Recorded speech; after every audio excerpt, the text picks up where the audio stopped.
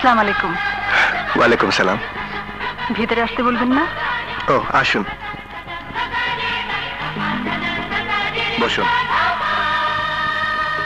মাকে দেখতে এসেছি। আপনার জন্য আমার মা মৃত্যুর পর থেকে ফিরে এসেছে। সেদিন আপনি না থাকলে আমার জীবন থেকে হারিয়ে যেত আমার একমাত্র আপনজন। তাই সেদিন থেকেই এই হৃদয়ে আপনিও আমার আপন হয়ে আছেন।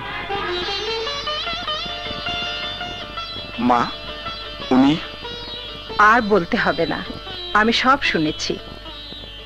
কেমন আছেন আপনি? ভালো। আপনাকে দেখার জন্যই আমি এসেছি। খুব খুশি হয়েছি মা, তুমি আমার জন্য যা করেছো তার ঋণ আমি কোনো দিন শোধ করতে পারবো না। সন্তানের কাছে মা হয়েছি, মায়ের আদর, স্নেহ, মমতা কিছুই পাইনি। আজ থেকে পাবে।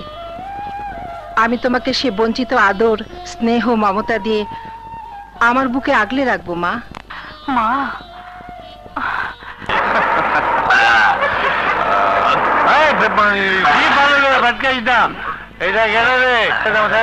আমি দেখি নাই।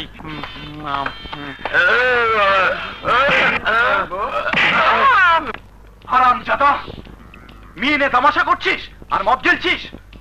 সেই জন্যই কি তোকে এখানে পাঠানো হয়েছিল? আমি জানি না। ফের যদি তোকে এখানে দেখি তাহলে তোকে জাহান্নামে পাঠাবো। সাব্বাস সাব্বাস নবাব, তোর কাজে আমি খুশি হয়েছি। খুশি হবার কিছুই নেই।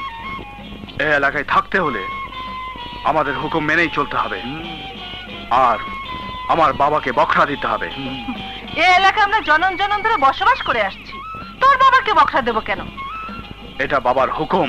তোর বাবার অন্যায় হুকুম আমরা মানবো না।